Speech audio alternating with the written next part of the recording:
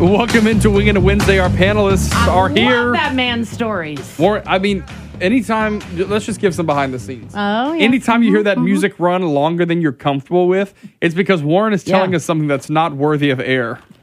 But it's worthy of comic It is. relief. It's worthy of laughs, though. It's usually. worthy of air, but it violates the rules of the air. I told y'all, $1.99 a month. Warren Cottle and Carol Ross join us this morning. Good morning. Obviously, the big thing that we are dealing with this weekend is another concerning missile launch by North Korea. And our friends in China who said they're really going to stand up and help us too seem to not really be helping us at this point. Warren, we'll let you kick things off this week. What you think about that? Oh, it's a little bit of a trap that, if he really becomes a real threat, then whose job is it to go over and take him out or whatever? At some point, somebody's going to say, it's kind of like the old mafia, when they had the meeting and somebody say, well, he needs to be killed. Okay. And they'll sign the task to, somebody and get the job done. And I think it's kind of the same way with him. But now, here's what we got to take in consideration over here. You have so much deep-seated hatred among those different groups, different countries. Japan, the Koreas, China. My God, does anybody realize what happened in China with the Japanese before World War II? And they called it the rape of Nanking. And then what Japan did with the Koreans during World War II, when they had all the Korean women, they just forced into prostitution. They call them comfort women, living aboard the ships and all, and never acknowledged any of that till a few years ago. Even though Japan today is one of the nicest countries going, but the deal is that they had to be nuked twice. Well, they were, and that makes a lot of people nicer when you get beaten down. So just like in Germany at the end of World War II. But anyway, I don't know that at some point he's going to be easy to take out if we decide he needs to be taken out. Yeah, but whose job is it to do that? Carol, really soon after Trump took office, one of the first things Rex Tillerson said that made headlines was, the era of strategic patience is over when it comes to North Korea. What is being done at this point, though, that's any different than what's been being done? That would have been my first line. How's that strategic patience working out for you? This goes way back, even to Clinton. Clinton had made that declaration that they've stopped their nuclear program and all is well.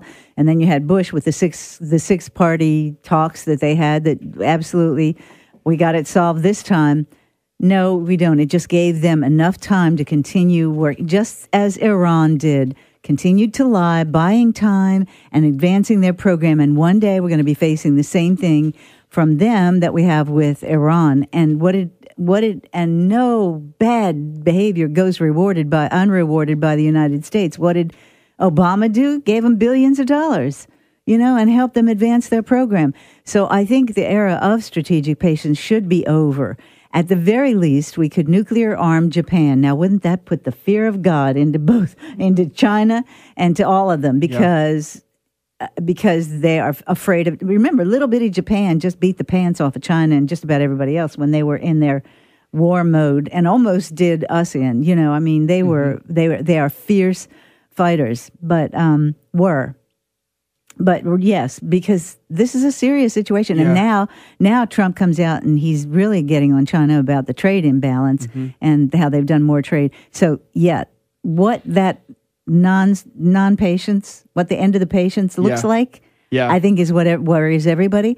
But at the very least, you could arm the people around. And South Korea, shame on them. They just elected a new president who is so wishy-washy, but he should be really afraid of that saber rattling that's going on right now, and he should be asking them to advance the missile defense system, that THAAD that they've put in there.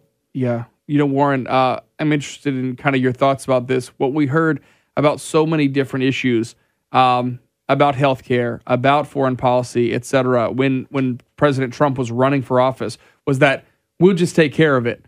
Almost that there's an easy solution that no one's taking part in.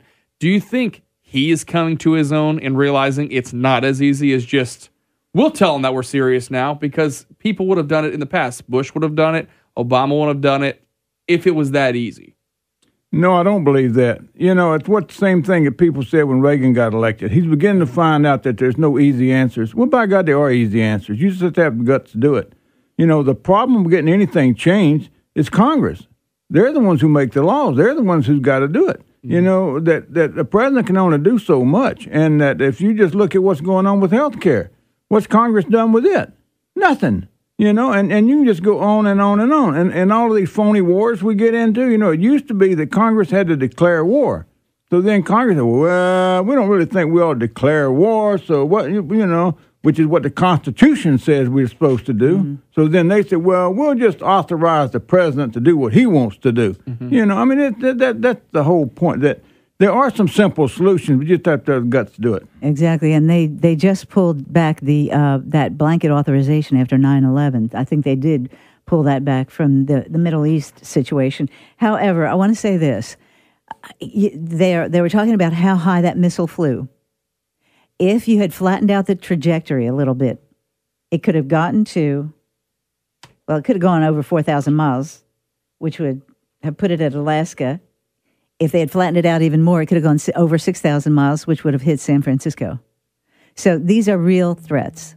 And the little dictator over there, no one really knows just how crazy he is.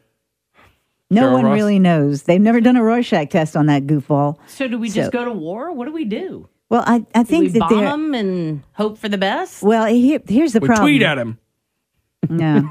I'm going to tweet you.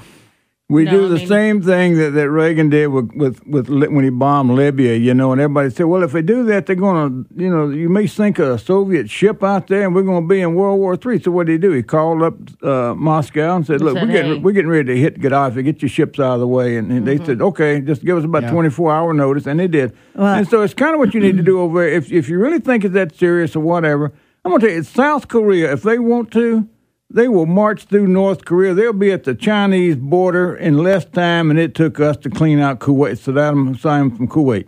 And look, China and Russia, this joint statement that was put out, that is strictly to give President Trump a message. Don't go crazy. Don't do anything more than you're doing right now, and stop those joint exercises with South Korea.